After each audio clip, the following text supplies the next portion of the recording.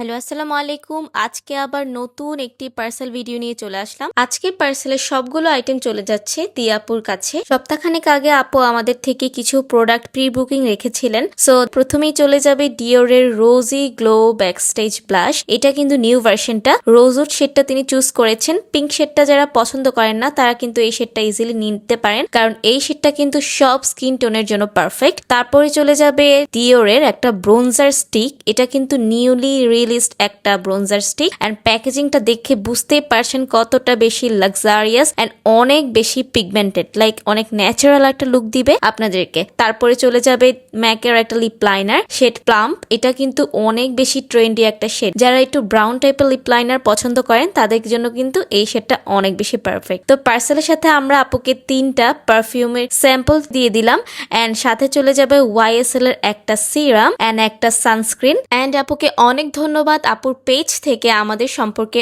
Honest review share করার জন্য।